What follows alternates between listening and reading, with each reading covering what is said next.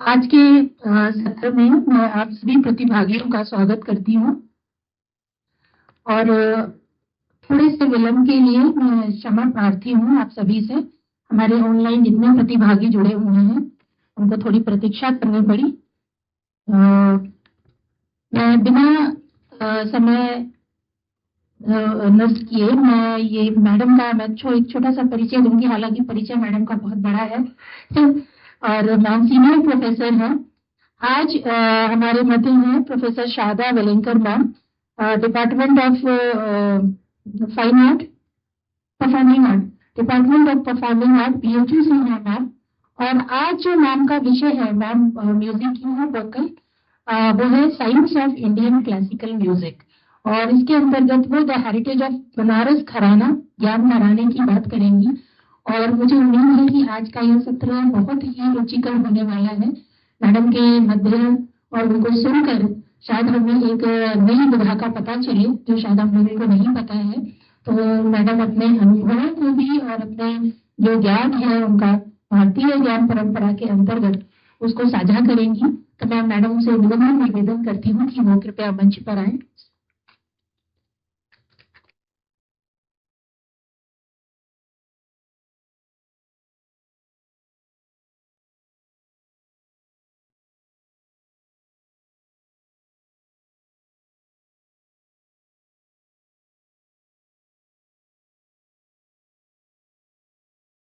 ठीक है।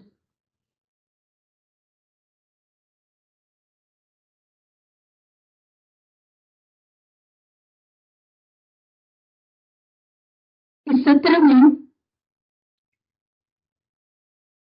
मैम के सम्मान के लिए मैं आमंत्रित करती हूँ नम्रता और नीरज कुशवाहा जी को। कृपया आप लोग मंच पर आए।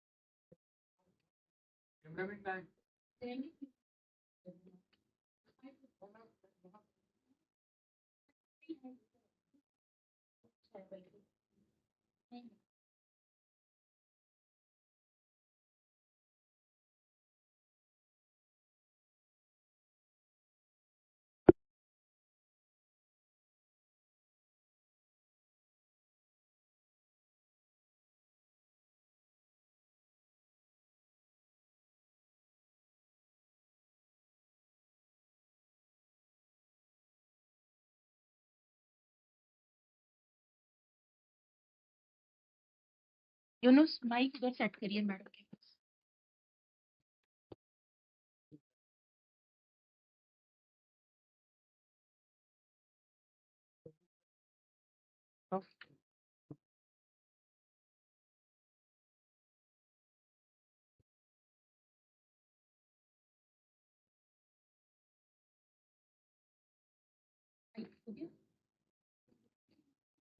कॉर्डलेस हाथ में पकड़ेंगे। चलिए बेटी, इधर से म्यूट कर दीजिए।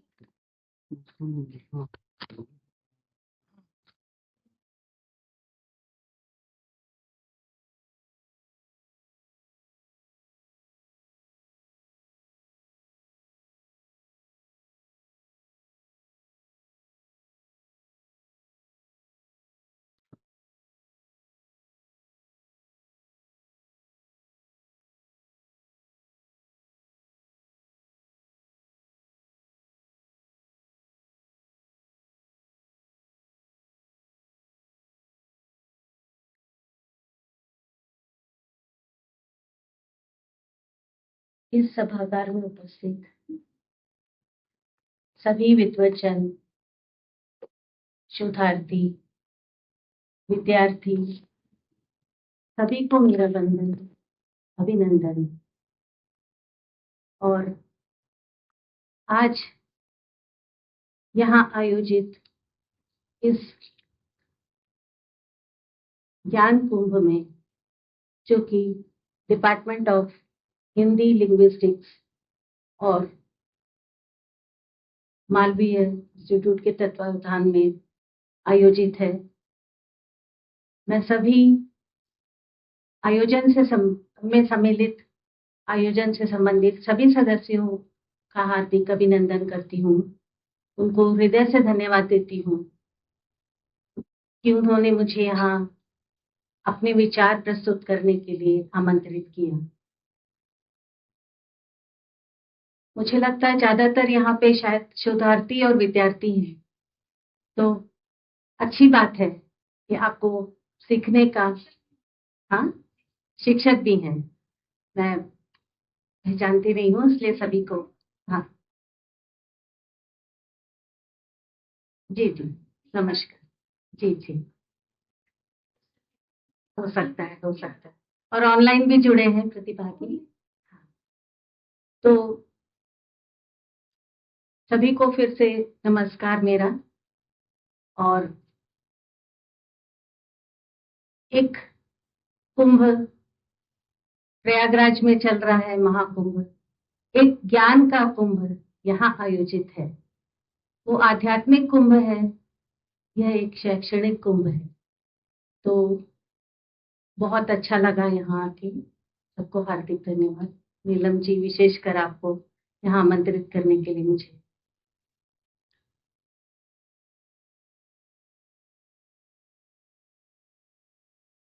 मेरे हिसाब से यह फैकल्टी डेवलपमेंट प्रोग्राम से ज्यादा एक शैक्षिक उन्नयन का कार्यक्रम इसको कहा जाए, वो ज्यादा उचित है।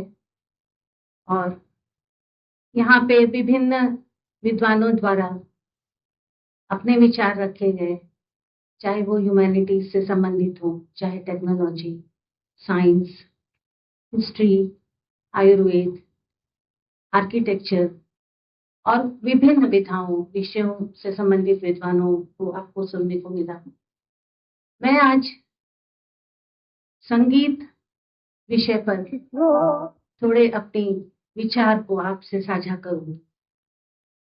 मुझे जितना इसके बारे में ज्ञान है वो मैं चाहती हूँ आपके साथ में उसको साझा करूं। और अभी इस तरह के कार्यक्रम की आवश्यकता भी है ताकि अपने विषय से अलग दूसरे विषयों के बारे में भी आप, इनकी परंपराओं के बारे में और ज्ञान के बारे में आप जाने, क्योंकि अब न्यू एजुकेशन पॉलिसी के तहत इस तरह के करिकुलम या पाठ्यक्रम बनाए गए हैं जिसमें विद्यार्थियों को अन्य विषयों से भी संबंधित बातों की जानकारी मिलती है और आवश्यक भी है। जहां तक हम संगीत की बात करें, science of Indian classical music, संगीत कैसे साइंस से जुड़ा है, ध्वनि के बारे में हम सभी जानते हैं। संगीत क्या है? संगीत एक ध्वनि है। विभिन्न प्रकार की ध्वनियों में से, उनके वाइब्रेशंस में से हम संगीत उपयोगी ध्वनि को हम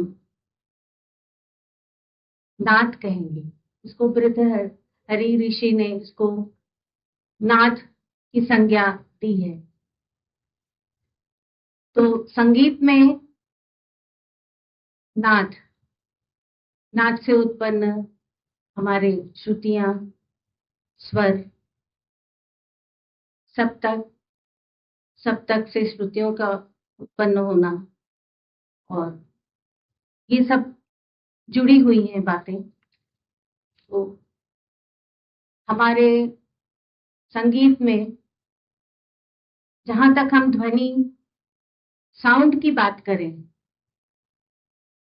ध्वनि तरंगों के माध्यम से ही हम कोई भी ध्वनि को हम ग्रहण करते हैं और हम सुन पाते हैं। और संगीत में कोई भी ऑब्जेक्ट जब वाइब्रेट करता है, उसमें स्पंदन होता है, तो ध्वनि की उत्पत्ति होती है। और हमको सुनाई पड़ता है।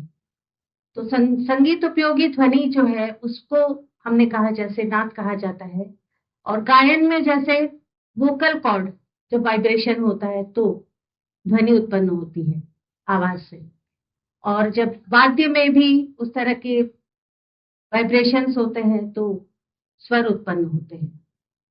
और जैसे मैंने कहा भर्तृहरि जी ने इसको नाद परिभाषित किया है, और इसके बारे में बताने के लिए हमारा शास्त्र है संगीत शास्त्र, म्यूजिकोलॉजी, जो इन सब के बारे में हमारे नाद, स्वर की उत्पत्ति और उसमें कितना कंपन है, नाद का छोटा बड़ापन, उसकी जाति और टिम्बर, टेक्सचर, इन सब के बारे में जो है हमारे शास्त्रों में वर्णित है। तो साइंस और ये जो शास्त्रों में वर्णित है, ये सारी चीजें गणित के द्वारा सिद्ध की हुई हैं, तो ये साइंटिफिक है, साइंस है। तो हमारा शास्त्र ये सारी चीजों को बताता है। इस प्रकार हम देख सकते हैं कि म्यूजिक, साइंस ऑफ म्यूजिक, ये जुड़ा हुआ है एक दूसरे से। संगीत शास्त्र जो है वो इन सब बातों की जानकारी देता है। और हमारा जो आधार ग्रंथ है भरत मुनि जी ने जिसकी रचना की है, भरत का नाट्य शास्त्र, शायद यहाँ संस्कृत के विद्यार्थी होंगे तो उन लोगों ने शायद पढ़ा होगा।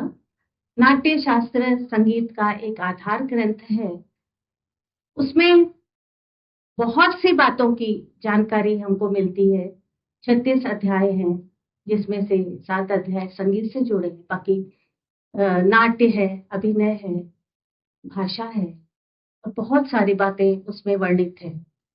तो हमारी परंपरा जो है, भारतीय संगीत परंपरा, वो बहुत ही समृद्ध है। बहुत सारा ज्ञान हमें प्राप्त होता है विभिन्न ग्रंथों से।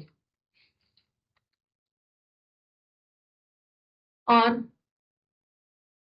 हम कह सकते हैं कि ये एक मॉडल है नाट्य शास्त्र।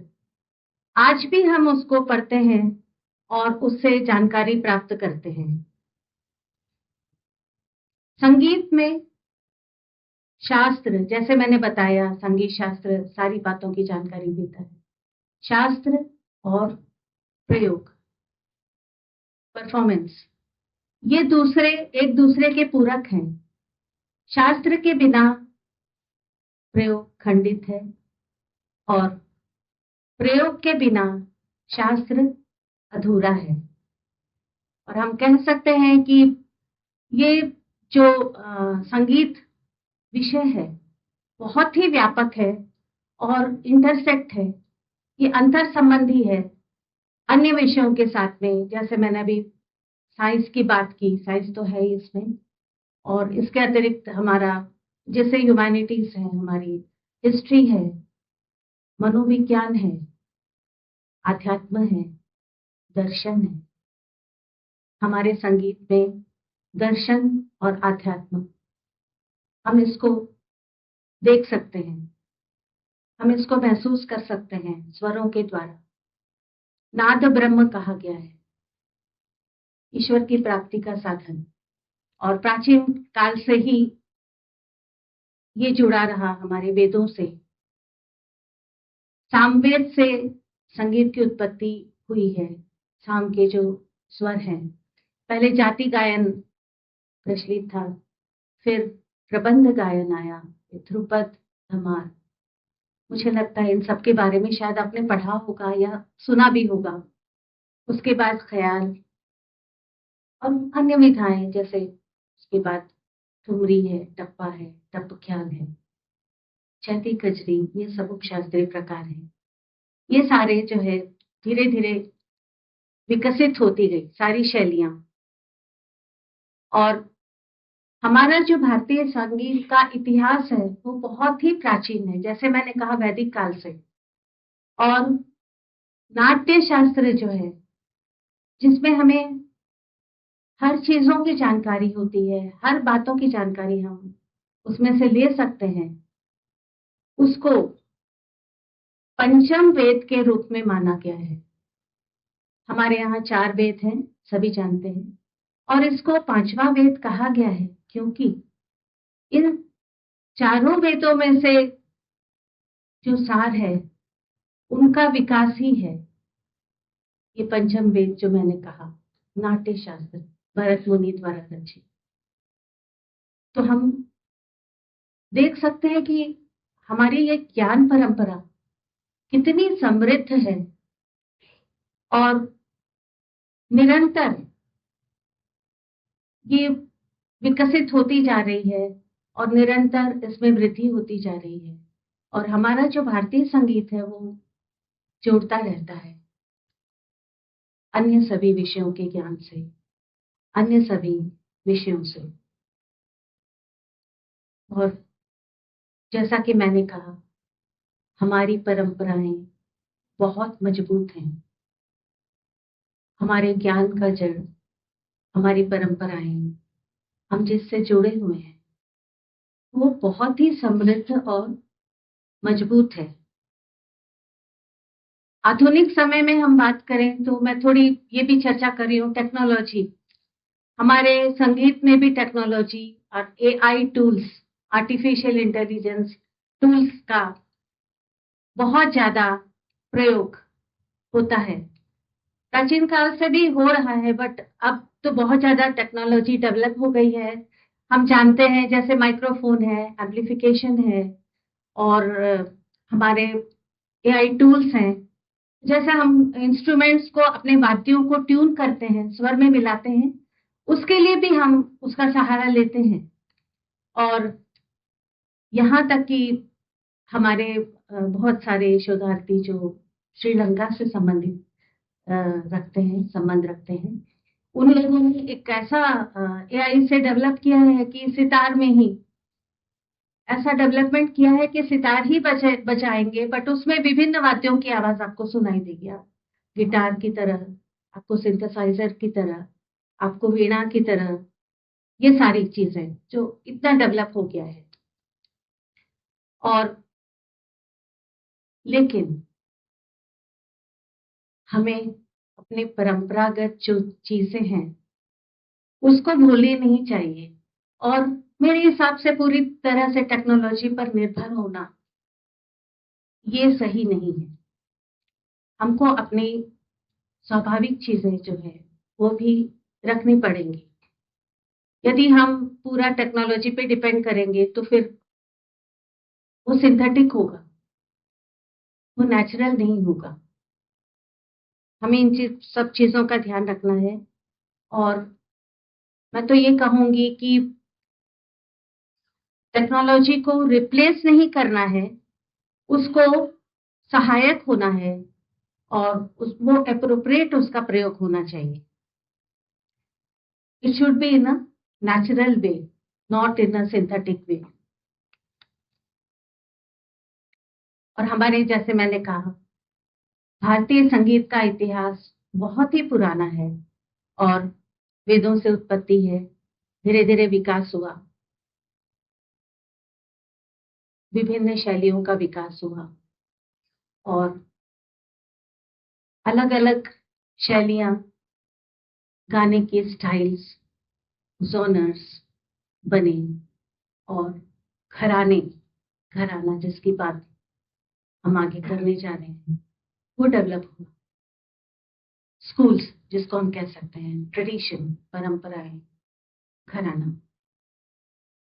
हमारे संगीत में, भारतीय संगीत में विभिन्न घराने हैं। उसमें से एक बहुत ही प्रमुख घराना बनारस घराना, जिसकी बात हम करेंगे।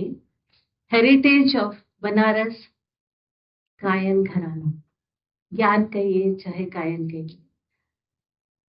वैसे तो मैं कहूंगी कि ये बहुत प्राचीन घराना है।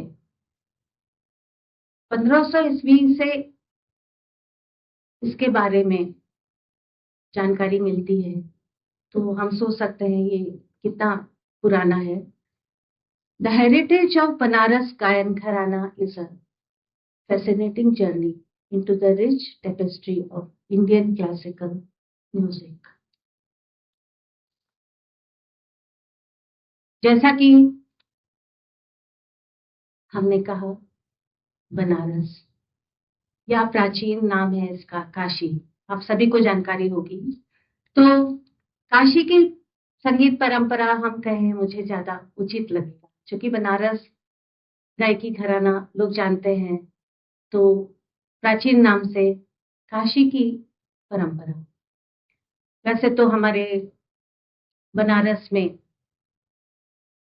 तीनों विधाएं संगीत की, गायन, वादन, नृत्य, तीनों शैलियों की धारा अनवरत प्राचीन काल से बही है।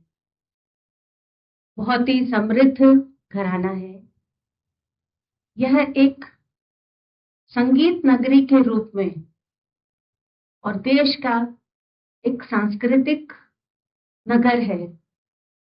सांस्कृतिक नगरी के रूप में काशी ने अपनी पहचान बनाई है।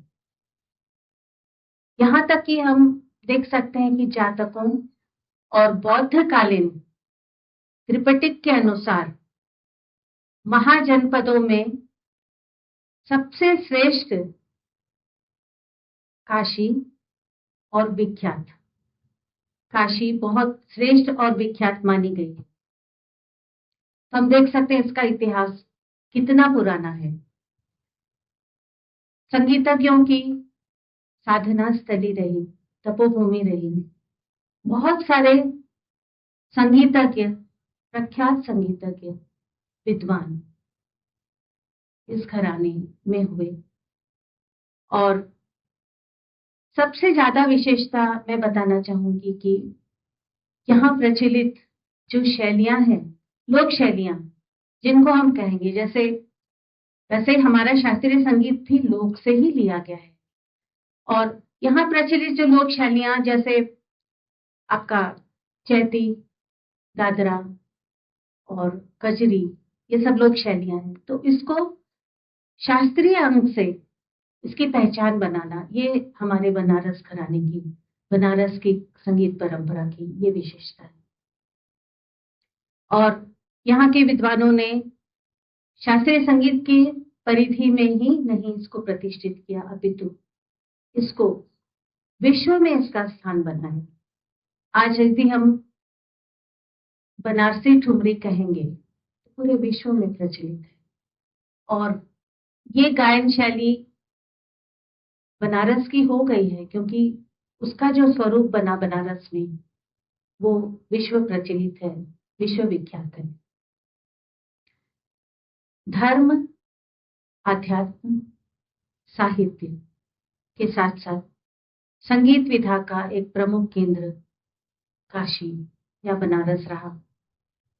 इस नगरी की अपनी ही एक सांस्कृतिक विरासत है, जो धर्म, दर्शन, कला, साहित्य, आध्यात्म चिंतन का प्रतिनिधित्व करती है। और वस्तुतः हम कहेंगे तो सर्वधर्म समभाव का प्रतीक यहाँ प्रस्तुत है। जैसे मैंने कहा, बनारस नगरी संगीतज्ञों की साधना स्थली रही। और संगीत के, भारतीय संगीत के इतिहास में हम देखें तो बनारस का एक बहुत ही महत्वपूर्ण स्थान है, इसको नकारा नहीं जा सकता। यहाँ संगीत की सभी विधाएं, परंपराएं जीवित हैं। जैसे मैंने कहा, संगीत की तीनों विधाएं, गायन, वादन, नृत्य, ये सारी विधाएं यहाँ पे हम देख सकते हैं। यहाँ पे प्राचीन काल से संगीत की उन्नति के लिए शिक्षालयों की स्थापना की गई थी। जैसे मैंने अभी जातकों और बौद्धकालीन त्रिपिटकों की चर्चा की है, उस समय भी शिक्षालयों में संगीत की व्यवस्था थी। और सिर्फ काशी ही नहीं, समस्त उत्तर पश्चिम भारत और यहाँ तक कि नेपाल में भी यहाँ के संगीत शिल्पियों ने जाकर संगीत का प्रचार प्रसार किया हमारे यहाँ अभी सेमिनार हुआ था, तो हमारे ही यहाँ के विद्यार्थी नेपाल में आज वहाँ पे शिक्षा दे रहे हैं। उन्होंने बताया कि संगीत जो है वहाँ पे भी यहाँ के गुरुओं ने जाके ही वहाँ शिक्षा प्रदान की और संगीत का प्रचार प्रसार किया, तो वो पूरा मिलता है उसका उल्लेख। और यहाँ पर गायन, वादन एवं नर्तन की विभिन्न शैलियां, जैसे मैंने बताया गायन की विभिन्न शैलियां, ध्रुपद, धमार, ठुमरी, टप्पा, विष्णुपद, चैती, कजरी, दादरा, सारी शैली, बहुत सारी शैली। तो यहाँ के विभिन्न शैलियों के प्रणेता, मार्गदर्शक, विद्वान, कलाविद के रूप में देश में ही नहीं बल्कि विदेशों में भी अपने संगीत के ज्ञान से अपार लोकप्रियता हासिल की है और कीर्तिमान स्थापित किया है और इस नगरी का गौरव बढ़ाया है। कुछ एक नाम तो आप सभी जानते हैं, जैसे उस्ताद बिस्मिल्लाह खान शहनाई वादक, भारत रत्न, उसके अलावा पंडित किशन महाराज जी, पंडित राजन साहनी, तो इस तरह के अनेक नाम हैं जिन्होंने विश्व में संगीत को प्रचार प्रसार दिया और लोकप्रिय बनाया। यहाँ के कलाकारों ने, यहाँ के संगीतज्ञों ने तीनों विधाओं की प्रचलित सभी शैलियों को आत्मसात किया और जैसे मैंने कहा उसका प्रचार प्रसार किया, प्रचलित किया। शास्त्रीय संगीत की मान्यता प्राप्त जो शैलियां हैं, जैसे ध्रुपद, धमार से लेकर संगीत की सामाजिक पृष्ठभूमि, मैं इसलिए सामाजिक पृष्ठभूमि इसको कह रही हूँ क्योंकि ये शैलियां जो है लोक से संबंधित हैं और हमारे सामाजिक पृष्ठभूमि से, उत्सवों से, त्योहारों से संबंधित है। जैसे कजरी गायन, ये विशेष ऋतु में, विशेष मौसम में और इसका गायन होता है। और होली सभी जानते हैं, फागुन के समय, होली के समय फागुन मास में होली गाई जाती है और उसी से संबंधित उसके बाद ही चैत्र मास में चैती, इसका गायन होता है। तो ये सभी बहुत ही लोकप्रिय शैलियां हैं जो आज विश्वव्याप्त है और इसको प्रतिष्ठापित करने का श्रेय जो है हमारे बनारस के कलाकार संगीतज्ञों को जाता है। और मेरे लिए गर्व का विषय है कि मुझे भी यहाँ इस घराने से सीखने का अवसर मिला, ज्ञान प्राप्त करने का अवसर मिला। और यहाँ के कलाकारों ने अपनी मौलिकता, विशेषताओं के आधार पर विश्व में एक अलग पहचान बना रखी है और सभी कलाकार, संगीतज्ञ एक दूसरे का सम्मान करते हैं, एक दूसरे की मौलिकता का, विशेषताओं का हृदय से पूर्ण सम्मान करते हैं। ये बनारस की विशेषता है। और सबसे विशेष बात, यहाँ पर चारों पट की गायकी, जैसे मैंने बताया ध्रुपद, धमार से लेकर ख्याल से लेकर ठुमरी, दादरा, चैती, गजरी, जितनी भी लोकप्रिय शैलियां, इस सभी शैलियों को इन्होंने आत्मसात किया है। तो चारों पट की शैलियों में ये लोग विशेषज्ञ थे, यहाँ के संगीतज्ञ, यहाँ के कलाकार। और जहां तक मैं कह सकती हूँ, सभी कलाकार, सभी संगीतज्ञों में अलग अलग विशेषताएं थी और जैसे मैंने कहा सभी विद्वान एक दूसरे का सम्मान करते थे। किसी में ध्रुपद, धमार, होली गायन में विशेषता थी, किसी की ख्याल गायन में विशेषता थी, विशेषज्ञता थी, किसी का अधिकार टप्पा, ठुमरी गायन में था और कोई सुरीलेपन, मिठास में, कोई लयकारी में प्रवीण था, किसी का स्वतंत्र वादन शैली पर अधिकार था। जैसे मैंने कहा, यहाँ पर गायन के साथ साथ वादन भी था, तो तबले का घराना भी रहा है बनारस घराना। आप में से अधिकांश को पता होगा, बड़े बड़े विद्वान रहे। तो ये स्वतंत्र वादन, ये बनारस की विशेषता रही। अपने जैसे आप तबले पे कह सकते हैं स्वतंत्र वादन, सोलो के, ये बनारस की विशेषता थी और इस पर किसी का अधिकार था। किसी किसी कलाकार में, संगीतज्ञों में चारों पट की गायकी की विशेषता हम देख सकते थे। और जहां तक हम कहें, ज्यादातर विद्वान प्राचीन समय से चारों पट की गायकी में अपनी विशेषज्ञता रखते थे और निपुण थे।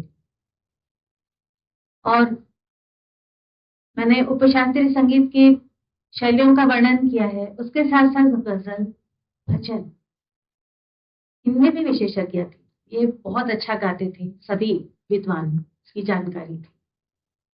और बनारस की शताब्दी पूर्व की अजस्र सांस्कृतिक धारा को निरंतर चलायमान, गतिमान बनाने में यहाँ की संस्थाओं, उत्सव धर्मी पर्वों, संगीत विद्यालयों, वंश परंपरा के कलाकारों, विविध संप्रदाय के अनुयायियों, समाज के हर वर्ग जनमान्य का सहज संगीत के प्रति प्रेम, अनुराग, सांस्कृतिक वातावरण एवं सबसे पहली बात मैं करूंगी, विशेष बात, काशी वासियों की सहज जीवन शैली।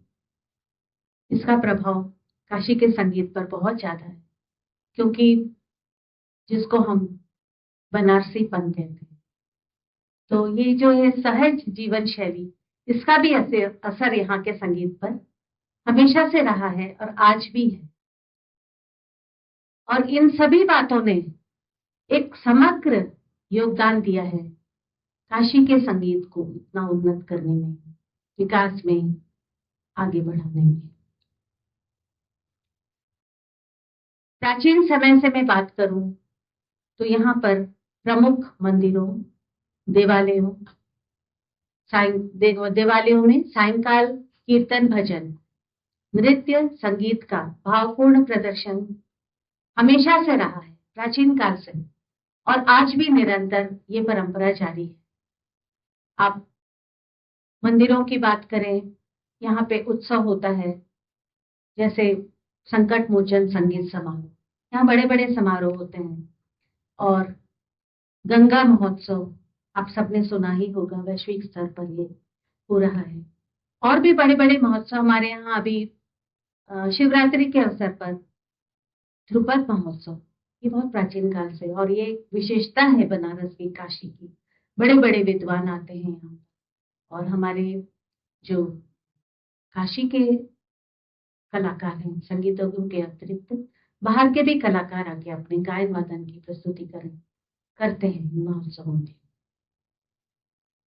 और इन सब विशेषताओं के कारण यहाँ के नागरिकों में संगीत के प्रति रुचि उत्पन्न करके संगीत की अनेक शैलियों, बारीकियों और उनकी शास्त्रीयता से परिचित कराने की भूमिका निभाई है इन संस्थानों ने, मंदिरों ने, और सारी बातें अभी जो मैंने तो आप सबको शेयर किया उन सबसे। और काशी वस्तुतः एक धर्म प्रवण नगरी है, जहां भक्ति, मुक्ति तथा शक्ति का पर्याय बनकर संगीत उभरा है। जैसे मैंने कहा, नाद ब्रह्म, तो नाद ब्रह्म इसलिए कहा गया है क्योंकि ये एक संगीत जो है वो ईश्वर की उपासना भी है और हमारे अंतरात्मा से जुड़ी हुई है, हमारे भावों से जुड़ी हुई है। हम अपने भावनाओं को संगीत के द्वारा व्यक्त करते हैं, हमारे इमोशंस उसके साथ जुड़े हैं। तो पहले मेरी ये बात रह गई थी चिकित्सा से, जैसे आप म्यूजिक थेरेपी, संगीत चिकित्सा बहुत ही प्रचलित है, क्योंकि संगीत डायरेक्ट हमारे आत्मा से, हमारे मन से जुड़ा है, हमारे माइंड से, बुद्धि से जुड़ा हुआ है। हम अपनी संवेदनाओं को, भावनाओं को इससे व्यक्त करते हैं, और इसके द्वारा जो है वो चिकित्सा, विभिन्न प्रकार के रागों से, स्वरों से संगीत की चिकित्सा संभव है, और इस क्षेत्र में बहुत काम भी हुआ है। और जैसे मैंने अभी संगीत उत्सवों के बारे में बताया आपको, तो ये संगीत उत्सवों की प्रसिद्धि विश्व में है। होली के उल्लास पर्व में यहाँ पर फागुन मास में होली गाई जाती है। विभिन्न प्रकार हैं होली के भी। ये हमारे लोक से लिया गया है, पर इसको शास्त्रीय अंग से, शास्त्रीय परिधि में इसको प्रस्तुत किया जाता है। और चैत्र मास में चैती की प्रस्तुति होती है। और यहाँ पर एक बहुत ही प्रसिद्ध उत्सव हम कह सकते हैं, संगीत का उत्सव, गुलाब बाड़ी। होली के समय बुढ़वा मंगल एक त्योहार है, प्राचीन काल से चला आ रहा है, जिसमें बड़े बड़े बजड़ों को फूलों से सजाया जाता है, विशेषकर गुलाब के फूलों से सुसज्जित करके और छाड़ फानूस लगा के बहुत ही सुसज्जित किया जाता है।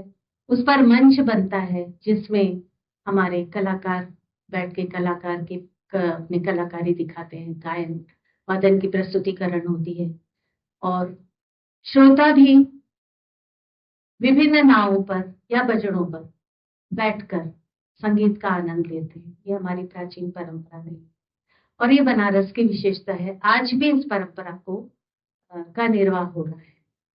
और ये होली के समय, इसके बाद चैती की मैंने बात की, चैती गुलाब बाड़ी बहुत प्रसिद्ध है, जिसमें गुलाबों से सजाया जाता है मंच, और होली ख्याल, होली, उसके बाद चैती की प्रस्तुति होती है। लोग इत्र की खुशबू छिड़की जाती है, और एक खुशबू के माहौल में, उस वातावरण में संगीत की प्रस्तुति होती है। तो हम कह सकते हैं कि हमारे संगीत समारोह में पर्वोत्सव और संगीत ये परस्पर पूरक हैं। हर पर्व का एक विशेष संगीत है, जैसे मैंने आपको होली, चैती या कजरी इसके बारे में बताया। और अभी मैंने बुढ़वा मंगल की बात की, सुसज्जित नावों पर ये कार्यक्रम प्रस्तुत होता है, और इसमें सुप्रसिद्ध कलाकारों के कला कौशल से काशी नगरी जीवंत हो उठती है। ये परंपरा आज भी चल रही है। और प्राचीन मान्यताओं के अनुसार हम कहें तो काशी की परंपराओं में साक्षात रूप से देवगण उपस्थित रहते हैं, ऐसे मान्यता है इन कार्यक्रमों में। और जनमानस में सद्भाव, सुमंगल तथा सत्कार पर्व के रूप में इन पर्वों को देखा जाता है। इसके अतिरिक्त बनारस के श्रावण झूलनोत्सव, श्रावण के मास में, सावन के महीने में, कजरी की तो मैंने बात की, झूलनोत्सव होता है, जिसमें झूला गाया जाता है, भगवान श्री कृष्ण से संबंधित इसमें भजन होते हैं। कृष्ण जन्माष्टमी, होली, मांगलिक तथा अन्य विशेष अवसरों पर यहाँ बाहर के प्रतिष्ठित कलाकारों के साथ साथ अभ्यागत कलाकारों, नए कलाकारों का भी संगीत कार्यक्रम होना आवश्यक है, ताकि उनको भी लोग सुने, उनको भी मंच मिले। और इसका एक जीवंत उदाहरण, जैसे मैंने पहले भी बात कही, संकट मोचन मंदिर का बृहद आयोजन। ये ऑनलाइन भी होता है, आप लोगों ने सुना होगा शायद, जो भी है। अब तो यूट्यूब के माध्यम से भी सारे इन सभी कार्यक्रमों को आप सुन सकते हैं, लाइव भी सुन सकते हैं, रिकॉर्डिंग्स भी। और इस तरह से बृहद आयोजन ने एक लोगों के बीच में अमिट छाप अपनी छोड़ी है, अमिट स्थान बना लिया है। और बनारस के प्रबुद्ध नागरिक संस्कृति के सूत्रों के महान पारखी हैं, ये मैं कह सकती हूँ, क्योंकि संगीत की आम जनता भी, इतने कार्यक्रम होते हैं प्रतिष्ठित कलाकारों की, यहाँ की परंपरा रही, आम जनता भी जुड़ी हुई है और बहुत महान पारखी है कला की, कलाकारों की, संगीतज्ञों की, और बहुत सम्मान पूर्वक उनको देखा जाता है। और संगीत की सभी विधाओं की गायन वादन की यहाँ परंपरा रही है। यहाँ पे आज भी काशी के मूर्धन्य कलाकार गायन वादन नृत्य के क्षेत्र में मौजूद हैं और अपने नगर का गौरव बढ़ा रहे हैं। गायन के क्षेत्र में विशेष में बात करूं तो अनेक कलाकार यहाँ पे संगीतज्ञ हुए। एक बहुत बड़ी वंश परंपरा संगीत से जुड़ी हुई है, काशी की घराना जिसको हम कह सकते हैं, या संगीत की वंश परंपरा। इसका उद्भव 1500 ईस्वी में, जैसे मैंने कहा, बहुत ही प्राचीन ये परंपरा रही है। पंडित दिलाराम मिश्र जी, ये इसके परंपरा के का उद्भव इनके द्वारा माना जा सकता है। और इसी परंपरा में बहुत दीर्घ परंपरा रही। आपने दिलाराम मिश्र जी ने सेवक उपनाम से बहुत सारे रचनाएं की हैं, जो आज भी हम पुस्तकों में प्राप्त होती है। असंख्य उन्होंने हजारों ध्रुपद की रचना की, धमार की रचना की, अन्य गायन शैलियों की रचना की, तो ये प्राप्त होते हैं हमें आज भी। इतनी पुरानी परंपरा है। और इसी परंपरा में चिंतामणि मिश्र जी भी बहुत ही उच्च कोटि के गायक थे और उन्होंने दूसरे प्रदेशों में जाकर संगीत का प्रचार प्रसार किया। आपने भी अनेक ध्रुपदों की रचना की है। जैसे मैंने कहा, ध्रुपद एक बहुत पुरानी गायन शैली है, प्राचीन, और आज भी चली आ रही है। जैसे मैंने कहा, अभी ध्रुपद मेला आयोजित है, ध्रुपद मेला हो रहा है काशी में, बनारस में। तो इन्होंने भी दिलरंग नाम से अनेक रचनाएं की है। इसी वंश परंपरा में प्रसिद्धू मनोहर जी, ये दो भाई हैं जिन्होंने इस परंपरा को कायम किया और आगे बढ़ाया, प्रचारित किया। इसी परंपरा में शिवा पशुपति जी, रामकृष्ण मिश्र सेवक जी, रामू जी, श्रीचंद्र जी, बड़े रामदास जी, छोटे रामदास जी, हरिशंकर जी, अमरनाथ पशुपतिनाथ जी आदि बहुत ही उच्च कोटि के विद्वान हुए इस परंपरा में। और इस परंपरा के निर्वाहक पंडित सुरेंद्र मोहन मिश्र जी भी इस घराने के थे, जिनको अभी हाल में ही पद्मश्री प्राप्त हुआ। सौभाग्य से मेरे गुरु जी भी रहे हैं, मैंने शिक्षा प्राप्त की है। और पंडित राजन साधन मिश्र जी का नाम आपने सुना ही है, पद्म विभूषण, वो भी इसी परंपरा से जुड़े रहे, निर्वहन करते रहे इस परंपरा का। आज भी इस परंपरा के संगीतज्ञ, घराने के संगीतज्ञ इस परंपरा को अपने गायन वादन से आगे बढ़ाने, इस परंपरा के प्रख्यात विद्वान संगीतज्ञ पंडित जगदीप मिश्र जी जिनका बोल बनाव की ठुमरी के लिए नाम लिया जाता है। ध्रुपद ख्याल टप्पा ठुमरी के प्रतिष्ठित कलाकार थे और आपको बनारसी ठुमरी का प्रणेता भी कहा जा सकता है। तो ये सब बहुत ही विद्वान, गुणी, मधुर, सुरीले संगीतज्ञ थे, जानकार, पंडित कह सकते हैं जिनको सभी विधाओं की जानकारी थी। और जगदीप मिश्र जी ने बनारसी ठुमरी को एक नई दिशा दी थी। उसके बाद आपके शिष्य मौजूदीन खान जी ने भी इसका नया रूप दिया। आपके शागिर्द थे। और इस क्षेत्र में सिद्धेश्वरी देवी जी, रसूलिन बाई जी और पद्म विभूषण विदुषी गिरजा देवी जी, आप सभी ने इनका नाम सुना होगा। प्रख्यात कलाकार थी इस क्षेत्र की। तो आप सभी इसी परंपरा से, इसी घराने से आप जुड़े थे और विश्व विख्यात कलाकार हैं।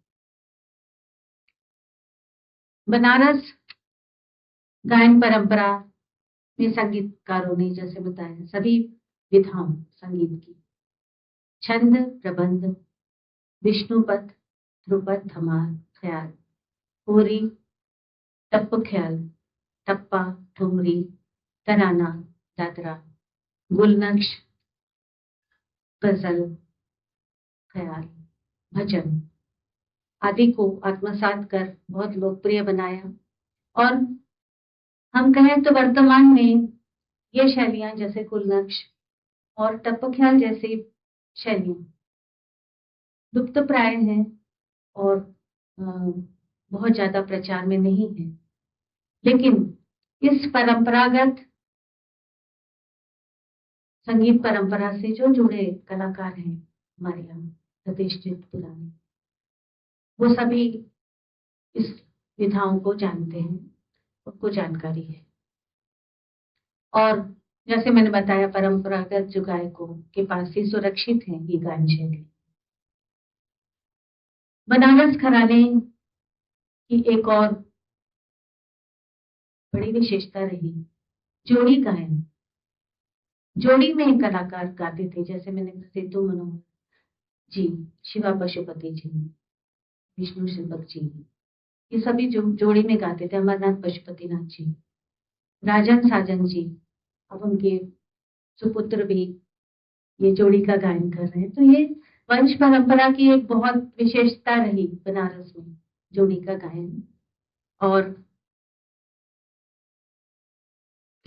ये जो है काफी विख्यात हुई जोड़ी के गायन से, ये विश्व में प्रख्यात हुए ये। और वर्तमान में भी कलाकार संगीतज्ञ इसका निर्वहन करते हैं। और भी विशेषताएं रही बनारस घराने की गायकी की, स्वरों का लगाव, स्वरों का कहन, बोलों का प्रयोग, स्वरों के लगाव पर विशेष ध्यान देना, जैसे मैंने कहा चैनदारी, ये सब विशेषताएं बनारस घराने के संगीत परंपरा के गायकों में, संगीतज्ञों में रही। इसके अतिरिक्त जैसे मैंने बताया शास्त्र और प्रयोग एक दूसरे के पूरक है। तो ये सिर्फ कलाकार या प्रयोग धर्मी ही नहीं थे, बल्कि शास्त्र के भी अच्छे कुशल ज्ञाता थे। इनका ताल पक्ष, शास्त्र पक्ष, ये सभी बहुत ही उत्तम था। और ये बहुत उच्च कोटि के साधक थे, संगीतज्ञ थे, कलाकार थे। और ये लोग गायन के साथ साथ बीनकार भी हुए, यानी कि वीणा। बहुत सारे कलाकार इस घराने के गायन के साथ साथ बीनकार भी रहे, जैसे पंडित पशुपतिनाथ मिश्र जी और मिठाई लाल जी इत्यादि कुछ नाम हैं। और जगह जगह इन्होंने संगीत को प्रचलित किया, प्रचार प्रसार किया। तो भाषा का भी ज्ञान बहुत अच्छा था इनको, कई भाषाओं का ज्ञान, जैसे उर्दू, फारसी, जैसे मैंने गुलनक्श की बात की, उसमें उर्दू फारसी के शब्द बहुत ज्यादा मिलते हैं, और गजलें तो आप जानते ही हैं।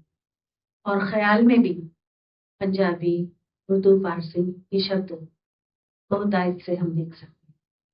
इसके अतिरिक्त नेपाली, मैंने बताया जैसे यहाँ के कलाकारों ने जाके नेपाल में संगीत का प्रचार प्रसार किया, तो नेपाली, पंजाबी, बंगला, ब्रजभाषा, हिंदी, अंग्रेजी, इन सभी भाषाओं का बहुत ही अच्छा ज्ञान था इन सभी विद्वान कलाकारों को, संगीतज्ञों को।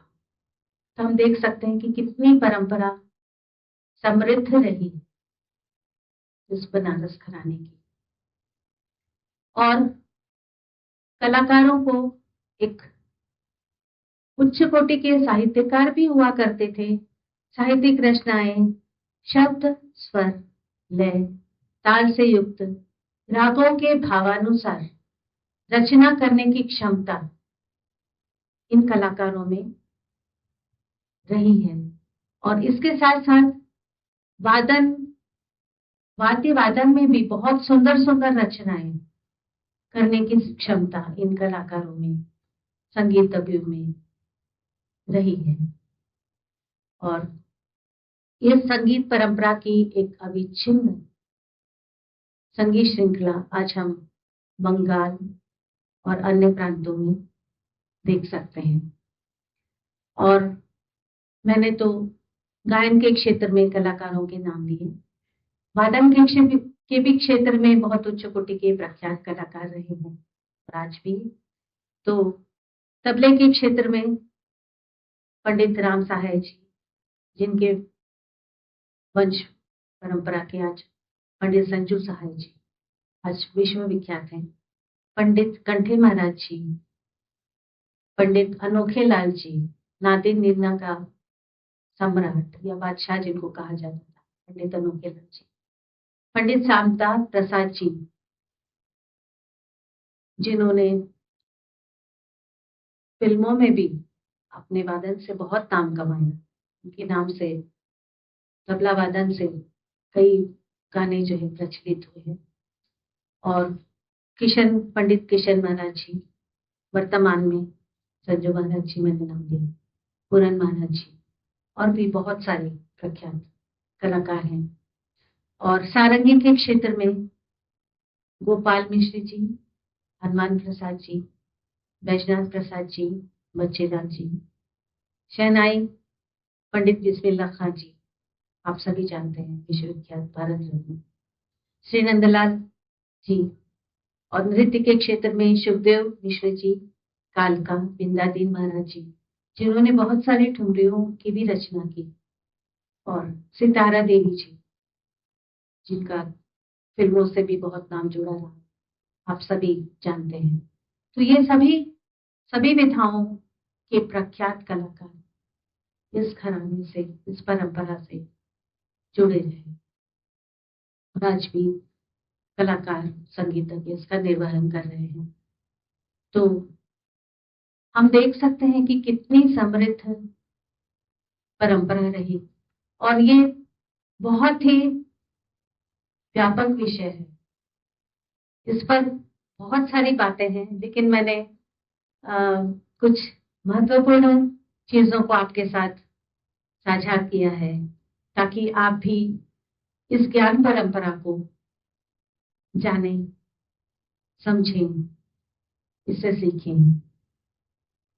तो ये बहुत ही आवश्यक है हम सभी के लिए कि हम अपनी भारतीय संगीत की परंपरा को हम जानें और उसके लिए उसका ज्ञान हम प्राप्त करें। तो यहाँ मैं समाप्त करती हूँ। और मुझे लगता है कि मैंने कुछ अपने विचार आपके साथ साझा किया है, आपके साथ शेयर किया है, और आप शायद कुछ हद तक समझ पाए होंगे इस घराने के संगीत को, इस परंपरा को और हमारे भारतीय संगीत को। और मैं चाहती हूँ कि मैं थोड़ा आपको गा के भी बताऊं, क्योंकि सिर्फ बोलने से नहीं होगा कि ये शैलियाँ थी। तो धन्यवाद। थोड़ा थोड़ा दो दो लाइन में प्रयास करूंगी हर विधा की। जैसे मैंने ठुमरी दादरा की बात की है, दादरा बेसिकली एक ताल है जो इस गायन शैली को दादरा ताल में गाया जाता है, तो उसको दादरा कहा जाता है। 6 बीट्स का, 6 मात्रे का ये ताल होता है दादरा।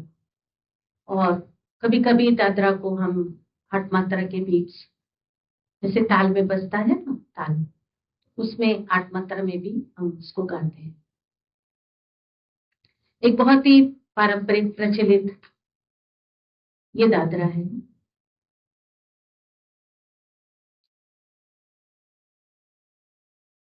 डगर बिच कैसे चलूं मगरों के, कन्हैया बेपीर। मैं जब ही जल भरन जात रही, ठाड़े जमुना के तीर, सखीरी मगरों के कन्हैया बेपीर। ये शब्द है उसके।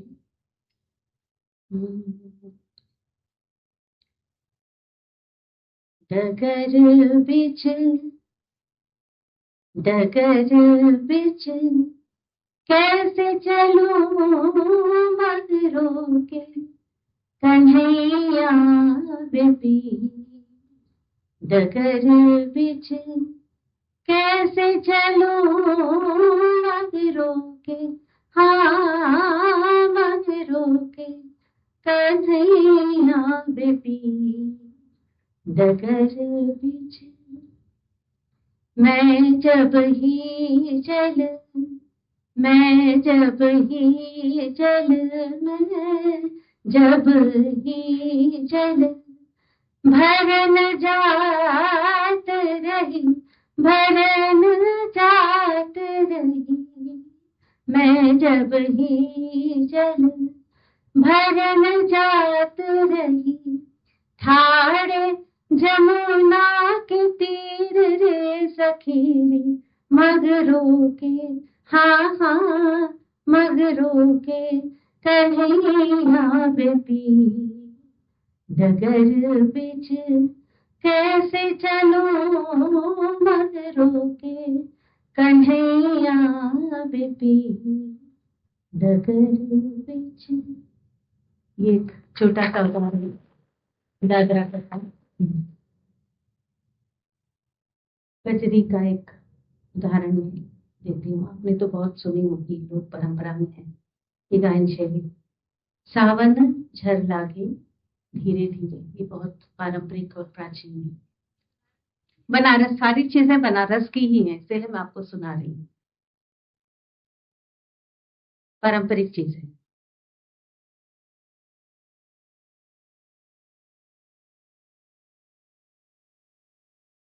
सावन झर लागे धीरे धीरे, सावन झर लागे धीरे धीरे, सावन झर लागे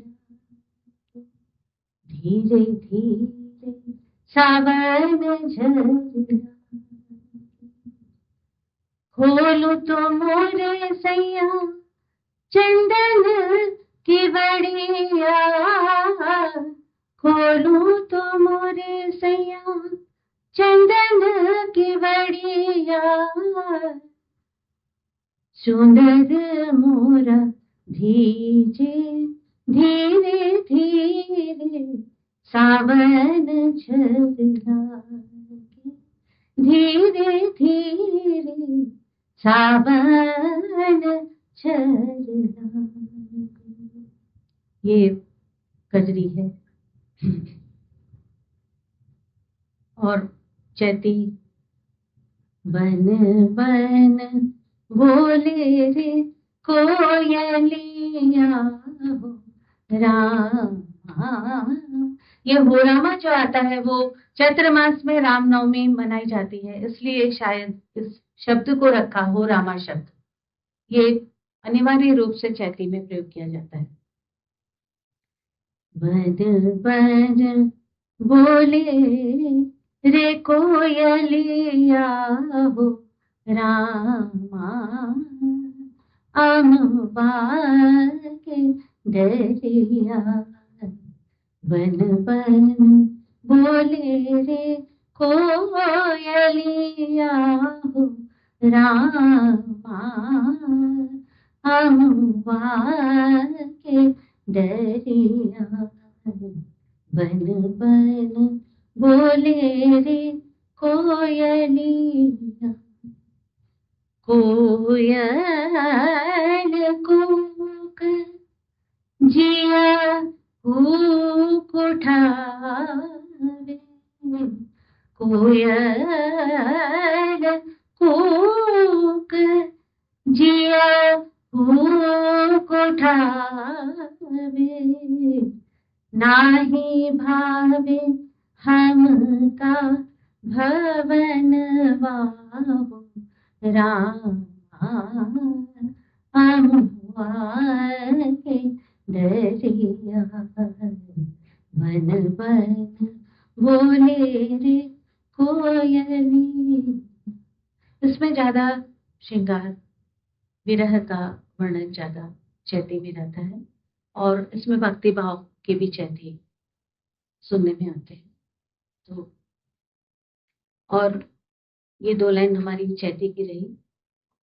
पूरी आप सभी जानते हैं, ये भी एक गायन विधा है।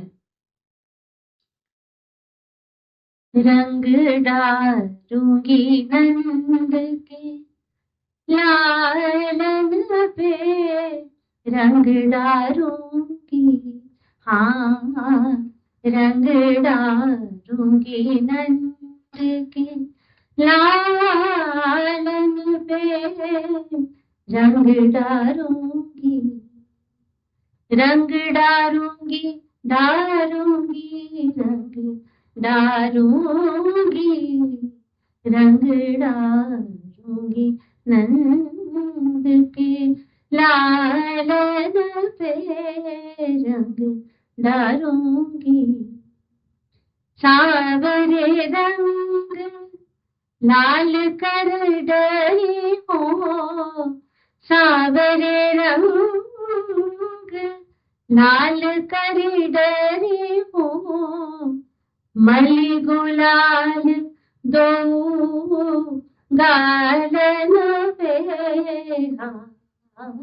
मलि गुलाल दो गालन पे, रंग डालूंगी, हाँ रंग डालूंगी नंद के लालन पे, रंग डालूंगी।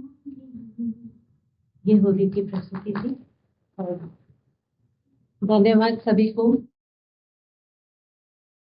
आपने बहुत धैर्यपूर्वक सारी बातें सुनी। कजरी मैंने होली बताई, चैती बताई, दादरा, आठुबरी और ख्याल है, ये सब तो थोड़ी विस्तृत है, इसलिए मैंने ये सब विधाएं भी। हाँ अच्छा, मैं जैसे एक यहाँ की विधा है सादरा, प्राचीन विधा है, थोड़ी 2 लाइन, वो ज्यादा शास्त्रीय है, इसीलिए यहाँ पे लोग समझेंगे नहीं और फिर इंस्ट्रूमेंट्स नहीं है साथ में, इसीलिए फिर भी मैं थोड़ा कोशिश करके बता रही।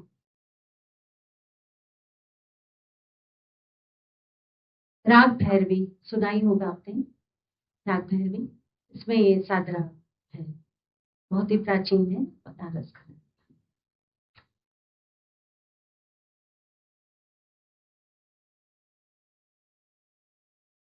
शारदा विद्यादानी भवानी दुख हरनी मातु सरस्वती, ये 10 मात्रा में जप ताल में ये सादरा गाया जाता है। ये एक प्रकार की शैली है। शारदा विद्यादानी दयानी दुख हरनी मातु सरस्वती शारदा करहूँ कृपा अब सेवक पर तुम। जैसे मैंने कहा था सेवक उपनाम से कई रचनाएं की, तो ये सेवक परंपरा की है। करहूँ कृपा अब सेवक पर तुम, करहूँ कृपा अब सेवक पर तुम। नारायणी ब्रह्मवाणी शिवानी शारदा विद्यादानी दयानी दुख हरणी मातु सरस्वती शारदा। ये सादरा है और ये बहुत ही प्राचीन है और कम सुनने में ये आती है विधा।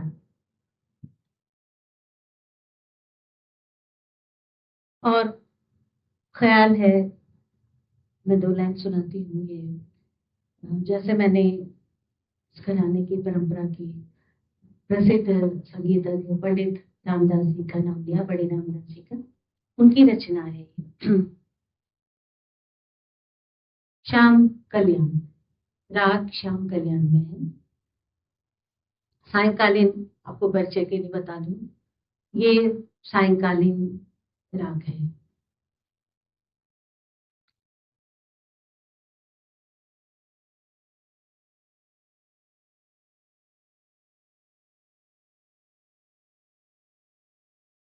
शंकर शिवदानी भोलानाथ शंकर। राग ताल 3 ताल, 16 मात्राएं होती है, ताल 3 ताल। शंकर शिवदानी भोलानाथ शंकर शिवदानी भोलानाथ त्रिभुवन के ज्ञानी विश्वनाथ शंकर शिवदानी भोलानाथ त्रिभुवन के स्वामी विश्वनाथ शंकर शिवदानी भोलानाथ।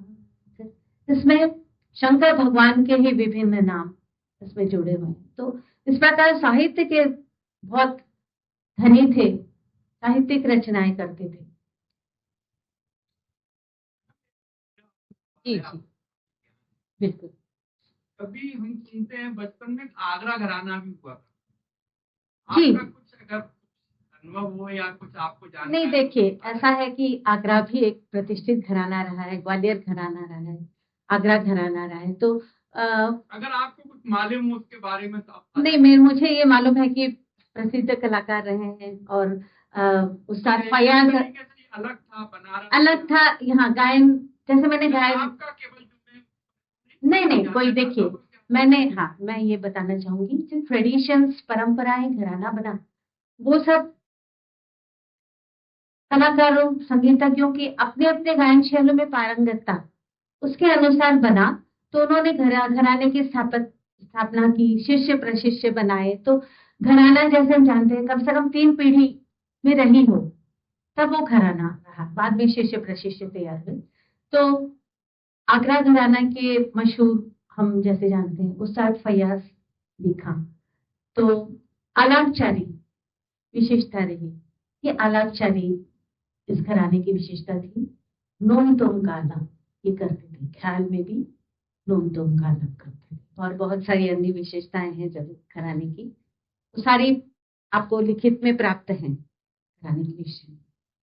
तो विभिन्न घराने हैं, मैंने आज बनारस घराने की चर्चा जी जी जी। बस एक परिचय है कि वो भी प्रख्यात घराना जिसमें प्रख्यात विद्वान रहे और आलापचारी प्रधान थी। घराना नोम तोम का प्रधान था।